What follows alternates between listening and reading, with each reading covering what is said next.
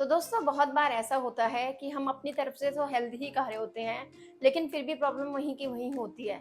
हमें मतलब हमारा जो शरीर है वो फूलता रहता है और हमारा पूरे दिन हमारे अंदर ऐसे आलस सा भरा रहता है, कुछ करने का मन नहीं करता और शरीर थका-थका सा रहता है और खाना खाने के बाद भी हमें ऐसा महसूस होता है कि जैसे हमारा पेट फूलता जा रहा है और हमें एसिडिटी बन रही है।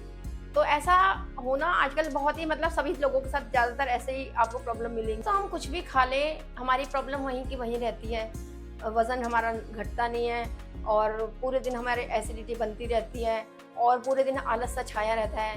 तो इन सब चीज़ों से बचने के लिए, इन सब चीज़ों से निजात पाने के लिए हम करते हैं कुछ ऐसी बातें जो कि बहुत ही कॉमन सी चीज़ें होती हैं घरेलू चीज़ों के बारे में बात करना चाहती हूँ, जो कि 90% लोग हम रोज़ खाते हैं। ना कि खाते हैं बल्कि उसे हम सोचते हैं कि इसमें सारी जो न्यूट्रिएंट्स है वो हमें मिल रहे हैं। तो ऐसी चीज़ें कौन-कौन सी हैं? इन चीज़ों को इस तरीके से खाते हैं कि हमें न्यूट्रिशन तो मिलता ही नहीं और बॉडी में गैस और बन जाती है, एसिडिटी बन जाती है। ये होती है तो वो वज़न को भी बढ़ा देती है। चीज़ें हम ठीक से खाने लग जाएँ तो ब्लड शुगर से लेकर कोलेस्ट्रॉल तक, सेक्स पावर से लेके कैंसर तक हमें सभी जो बीमारियाँ उनसे छुटकारा मिल सकता है।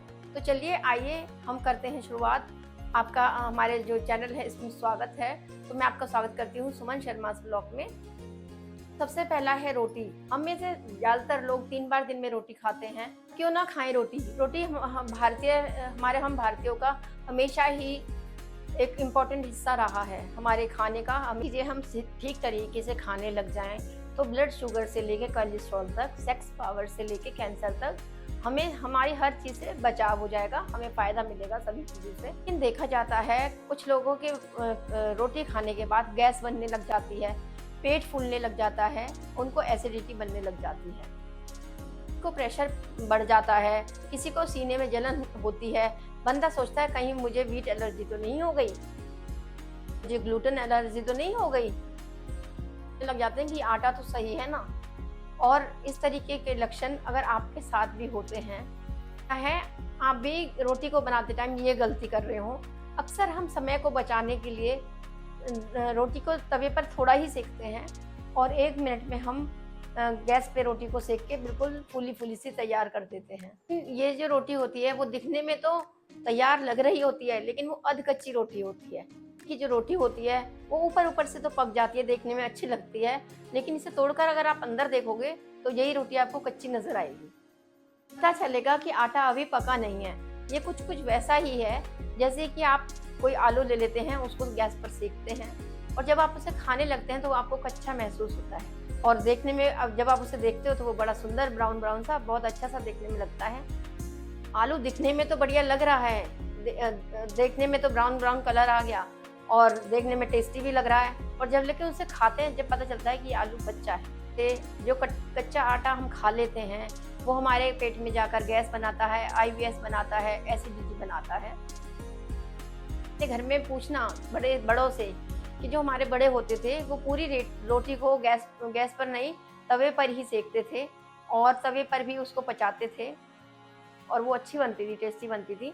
रोटी को तवे पर ही सेकते थे और ऐसे गैस पर सेकना तो कोई कंसेप्ट था ही नहीं। पहले चूल्हे पे बनाते थे, कोयले पे बनाते थे और रोटियों को अच्छी तरीके से तवे के ऊपर ही सेकते थे। और ये तो बस समय बचाने के लिए, जल्दी से समय बचाने के लिए, जल्दी से काम करने के लिए नया तरीका शुरू कर दिया कि हम अपना समय बचाते हैं इस तरीके से। इससे टाइम भला ही सेव हो जाए, लेकिन पेट पर तो लोड पड़ती है ना। अपने डाइजेस्टिव सिस्टम पर क्यों ज़्यादा लोड डालें? तो इससे तो अच्छा है कि रोटी को थोड़ा सा अच्छे से सेको, तवे पर सेको, थोड़ा समय दो, जल्दी मत करो, अच्छी भी बनेगी और हमारे जो पाचन क्रिया है वो भी अच्छी होगी, अच्छे से पचेगी भी हमारे पेट में जाकर, जिससे कि हमें भूख भी सही लगेगी। पहले जो लोग होते थे वो अपना जो खाना है वो चूल्हे पर या कोयले वाली उस पर बनाते थे, भट्टी पर, जिसमें कि जो खाना है वो अच्छी तरीके से पक जाता था। और लिक्विड पेट्रोलियम गैस तो ये बाद में आई है और बाद में भी फिर लोगों ने इसमें भी थोड़ी जल्दी करनी शुरू कर दी कि 1-2 मिनट आप फटाफट से रोटी डालोगे तवे पर और फिर बाकी गैस पर सेकना शुरू कर देते हैं। तो ये सिर्फ समय बचाने के लिए ही करते हैं। लेकिन लोग होते थे वो नेचुरल रिसोर्सेज पे खाना बनाते थे, जैसे चूल्हे पे या कोयले पे, तो वो नेचुरल रिसोर्सेज थे, उनसे इतना ज़्यादा नुकसान भी नहीं था। लेकिन LPG पे ऐसे बनाने का कोई मतलब नहीं। मैं स्टडीज़ के आधार पर कह रही हूँ कि कि जब एलपीजी पे खाना पकता है तो वो हार्मफुल रेज के साथ मिलकर हमें नुकसान करता है। चाहे तो डायरेक्टली गैस पर रोटी सेकना बिल्कुल भी ठीक नहीं है। कुछ लोगों के मन में ये क्वेश्चन होता है कि तवे पे रोटी फूलेगी कैसे।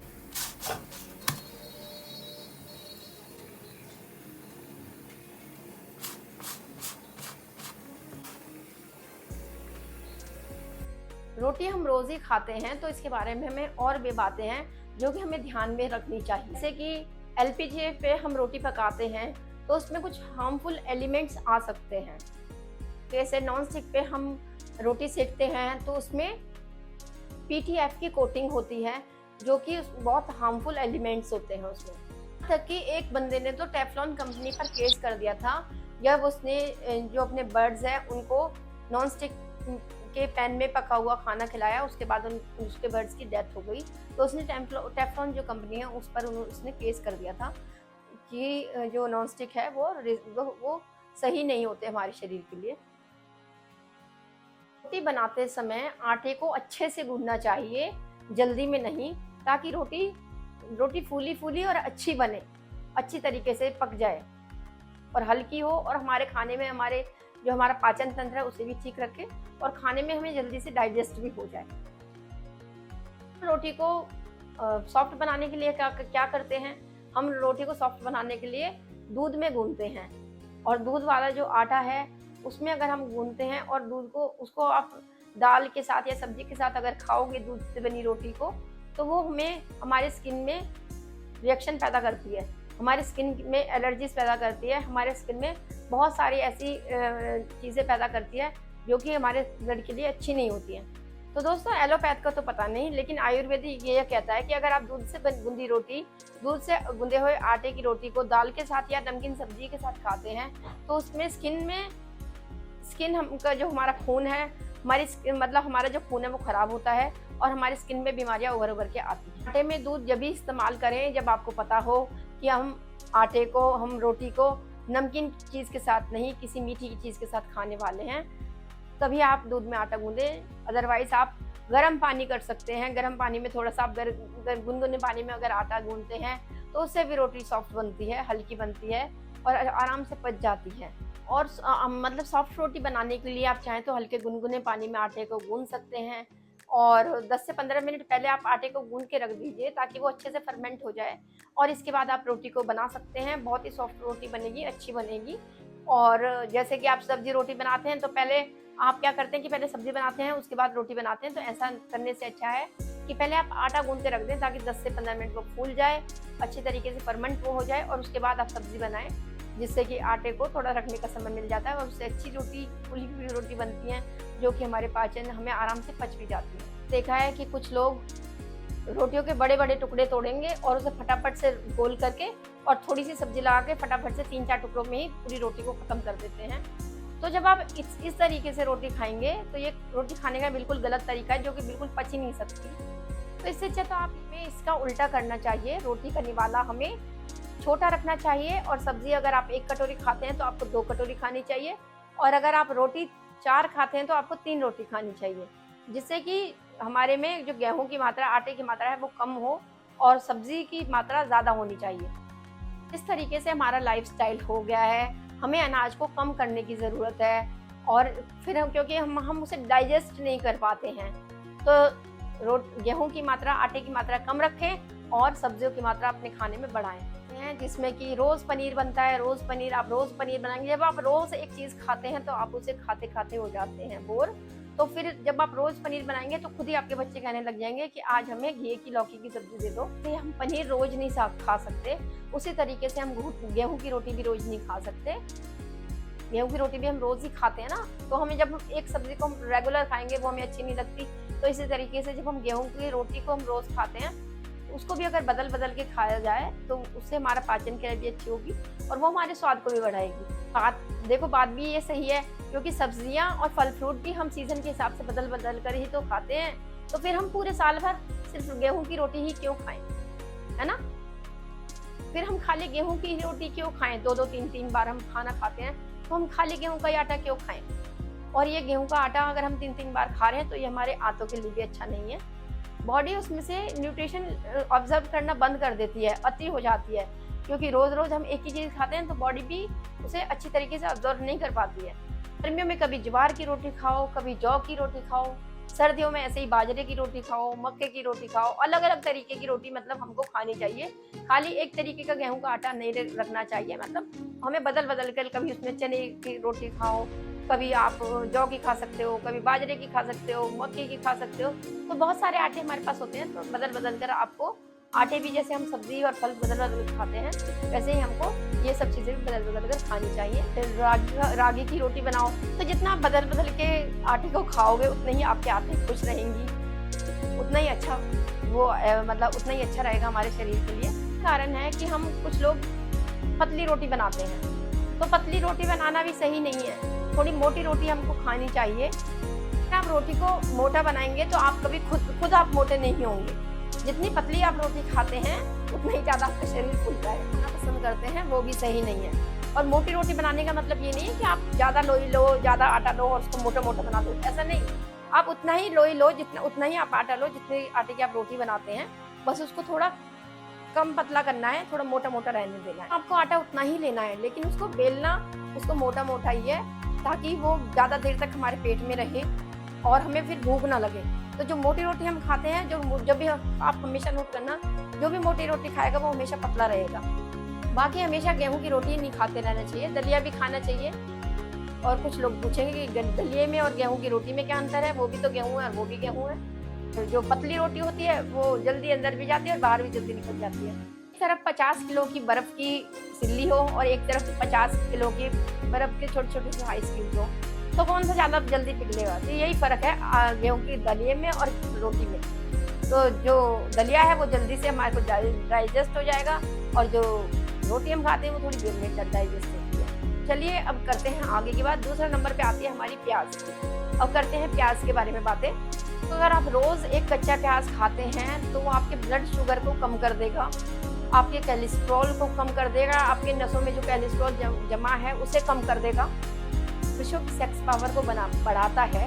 और ये जो प्याज है वो 20 तरह की बीमारियों से हमें निजात दिलाता है। प्याज हमारे शरीर में औषधि का काम करती है। तो कुछ लोग कहेंगे हम तो एक प्याज छोड़ो, हम 4-4 प्याज खाते हैं, और कुछ लोग तो उसमें अच्छी तरीके से उसे फ्राई करके खाते हैं। लेकिन जो कच्ची प्याज में जो एक रस पाया गया है वो बहुत ही अच्छा दवाइयों का काम करता है हमारे लिए।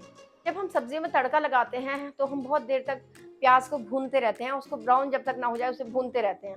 तो इससे उसका जो अंदर का रस है वो उसका जो उसकी जो यूज़फुल वो होती है इंग्रेडिएंट्स, वो हमें नहीं मिल पाते।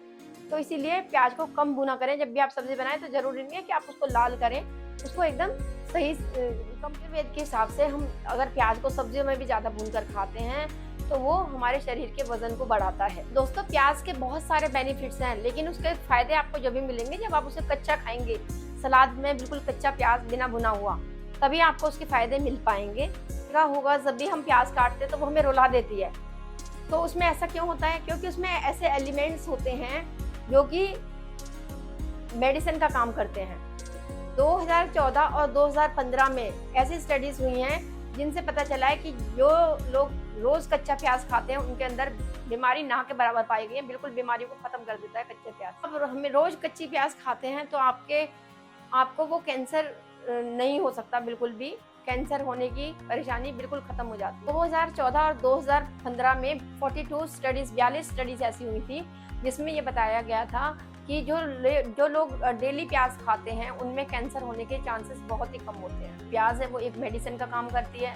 प्याज ब्लड शुगर के लिए एक औषधि से कम नहीं। जिसको ब्लड शुगर बढ़ा हुआ हो उसको रोज कच्चा प्याज जरूर खाना चाहिए, जरूर अपनी डाइट में शामिल करना चाहिए। 2010 में डायबिटिक पेशेंट्स को कच्चा प्याज खिलाया गया तो उनका 4 घंटे में ही ब्लड शुगर नॉर्मल आ गया। तो ये है, प्याज में बहुत अच्छी मेडिसिनल पावर होती है। प्याज में मिनरल्स, फाइबर्स और एंटीऑक्सीडेंट्स भी होते हैं। लोग होते थे वो अपने खाने में कच्चे प्याज को बिल्कुल ऐसे ही हाथ से तोड़ के फोड़ के और फटाफट रोटी के साथ खा जाते थे, और उनमें बीमारियां, कैंसर वगैरह ये सब बहुत ही ना के बराबर पहले ये बीमारियां होती थी। अब देखिए कितनी ज़्यादा बढ़ती जा रही हैं। पहले लोगों में ताकत भी इतनी थी कि 2-3 को तो वैसे ही लपेट देते थे, पता ही नहीं चलता था कि उनमें इतनी ताकत कहाँ से आ गई। आजकल के जो नौजवान है वो एकदम आपको पतले और सुकड़े नजर आएंगे, तो पता नहीं चलता कि जो सप्लीमेंट्स आ रहे हैं वो लोग उन्हें पागल बना रहे हैं या वो लोगों को पागल बना रही है। तो ये सब चीजें बहुत ध्यान देने वाली होती है। वाले लोगों से हमें एक और बात सीखने को मिलती है कि वो प्याज को पहले से काट कर नहीं रखते थे, वो जब उन्हें खाना होता था जब उसी टाइम काटते थे और एकदम फ्रेश खाते थे। और हम जब प्याज को काटते हैं तो उसमें मेडिसिनल एलिमेंट्स निकलते हैं जो कि हमारे बीमारियों को रोकते हैं। जो प्याज को अलग काट कर रख दें, वो थोड़ी देर रखा रहता है तो उसका असर उतना ही कम हो जाता है। तो फ्रेश प्याज खाने का और ही मज़ा है और ही उसकी जो हमारे सामने जो मेडिसिनली वो काम करता है। तो दोस्तों, जो कच्चा प्याज है वो सेक्स पावर को तो बढ़ाता ही है, लेकिन सेक्स से जुड़ी परेशानियों को भी बढ़ाता है। तो इसीलिए आयुर्वेद में प्याज को निषेध किया गया है, मतलब ना खाने के लिए बताया गया है। छोटी मोटी बात करें तो जब हम तड़का लगाते हैं तो प्याज को ज़्यादा नहीं भूनना चाहिए, उसको हल्का ही भूनना चाहिए ताकि उसकी मेडिसिनल पावर हमको मिल सके। ये अब नेक्स्ट बात करते हैं केले की। सभी फ्रूट्स में केला कुछ खास है क्योंकि एक तो ये 12 महीने मिल जाता है, दूसरा ये इतना महंगा भी नहीं होता। हम कभी भी कोई फ्रूट लेने जाएं तो सबसे पहले हम केला ही चूज़ करते हैं क्योंकि वो थोड़े कम पैसों में मिलता है और 12 मास मिलता है। आप कभी भी मतलब ऐसा नहीं होता कि इसका मौसम है कि नहीं है, आपको हर समय केला जरूर मिल जाता है। जहाँ तक पैसे की बात करें तो 20 रुपये में हमें खाली एक सेब पड़ता है और दूसरी तरफ देखा जाए तो 20 रुपये में हमें 4 केले मिल जाते हैं जो कि बहुत ही सस्ते पड़ते हैं। आपको ये फटाफट से छीला और खा लिया और उसे हम लाकर 2-3 दिन के लिए घर में रख भी सकते हैं आराम से। भूख लगे तो हमें एनर्जी बार, जब भी हमें भूख लगे तो हमें एनर्जी बार ढूंढने की ज़रूरत नहीं है, फटाफट से 2 केले छीलें और खा लें। इसी से हमारा जो पेट है वो भरा भरा सा हो जाता है।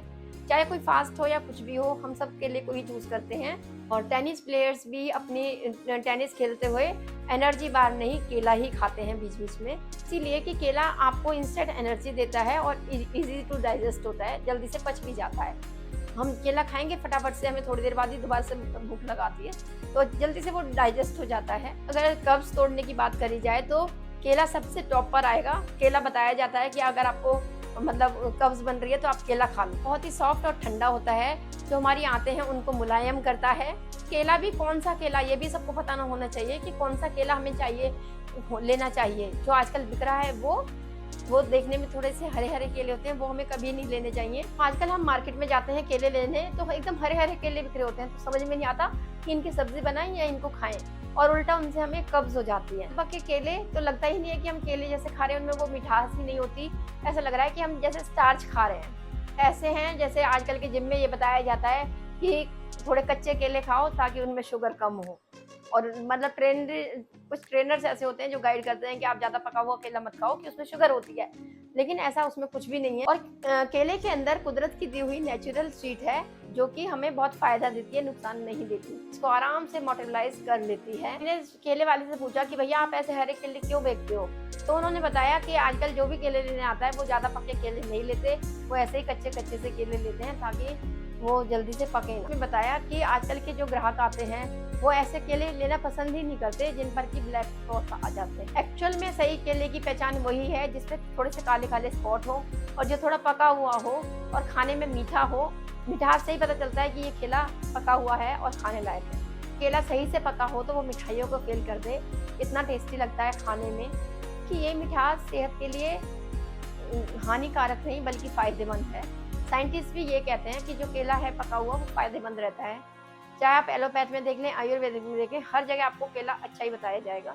स्टडीज़ हमें बता रही हैं केला मीठा होने के बाद भी हमारे ब्लड शुगर को कम करता है। तो केले में सॉल्युबल फाइबर होता है जो ब्लड शुगर को बढ़ने नहीं देता। दूसरा, पके हुए केले में कच्चे केले के मुकाबले ज़्यादा एंटीऑक्सीडेंट पाए जाते हैं, तो ब्लड शुगर को कम करते हैं। केले की अगर हम पहचान करें वो है उनका डंठल।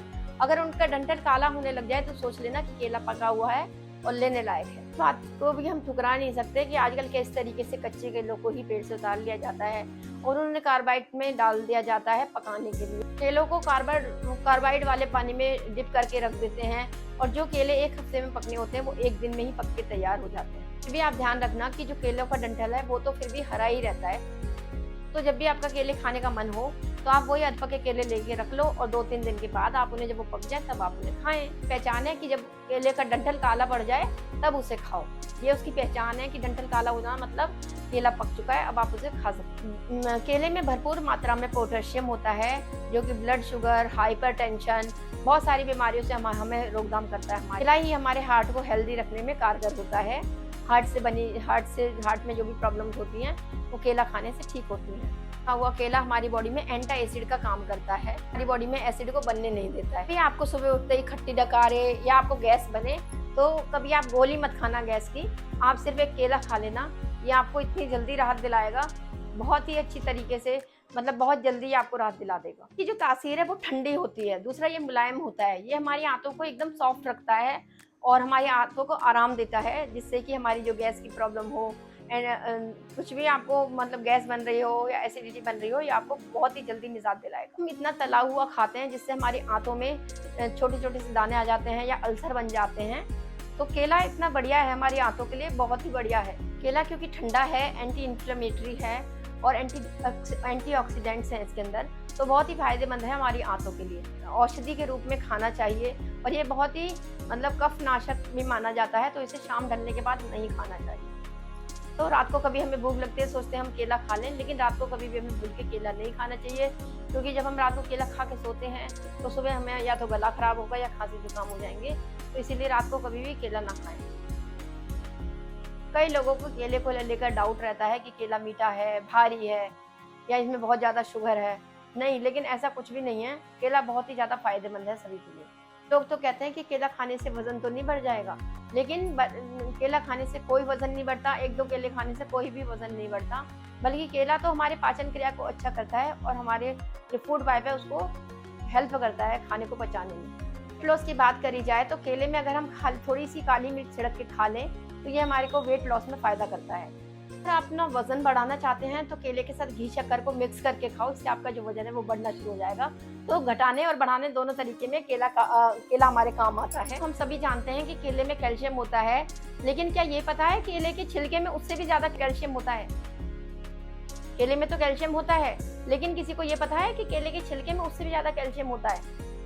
इनफैक्ट केले के छिलके में पोटेशियम भी सबसे ज़्यादा पाया जाता है। इसलिए जैसे हम बाद में जब केला खाते तो उसके छिलके को निकाल के फेंक देते हैं ना, केले के छिलके को फेंके नहीं, चम्मच से कुरेद के उसे भी खा लें, उसमें बहुत ही ज़्यादा पोटेशियम आपको मिलेगा। तो केला एक ज़बरदस्त फ्रूट है, लेकिन आप इसको पका हुआ ही खाएं। तो खाना वही है, लेकिन बनाना इस तरीके से है कि बॉडी हमारे जो पूरे न्यूट्रिएंट्स हैं उनको अच्छी तरीके से एब्जॉर्ब कर सके। और दोस्तों, जब हमारी बॉडी को न्यूट्रिएंट्स नहीं मिलते तभी हमारे बाल झड़ते हैं। तो आपको भी अगर यही समस्या आ रही है तो इसके लिए भी 2 इलाज हैं। तो अगर आपको भी हेयर फॉल हो रहा है तो रोजमेरी वाला ऑयल लेना चाहिए, जिसमें कि या फिर आप लें टी ट्री वाला ऑयल। तो ही 100% नेचुरल ऑयल हैं, ना तो इनमें केमिकल है, ना ही इनमें कुछ और मिलावट है, इनमें कोई आर्टिफिशियल खुशबू है, ना कोई इसमें प्रिजर्वेटिव्स डले हैं इनमें। तो आप जब भी लें तो अपने लिए ऐसा ही यही टी ट्री वाला ऑयल लें। सबसे अच्छा घरेलू उपाय है कि आप रात को जब भी सोते हैं हफ्ते में 1 बार अपने सिर की मसाज ऑयलिंग ज़रूर करें और रात को तेल लगाकर सो जाएं, जिससे कि हमारे बालों को पूरा पोषण मिल सके। इस वीडियो में मैंने ऐसी बातें शेयर करी जो कि हमारी घरेलू बातें हैं। तो अगर मेरा वीडियो अच्छा लगा हो या आपको किसी तरीके से मतलब थोड़ी सी मेरी बातें अच्छी लगी हो तो प्लीज़ लाइक शेयर सब्सक्राइब ज़रूर करें और मिलते हैं एक और नई वीडियो के साथ। तो मैं नमस्कार दोस्तों, मिलते हैं दूसरे वीडियो में। Thank you, take care, bye bye.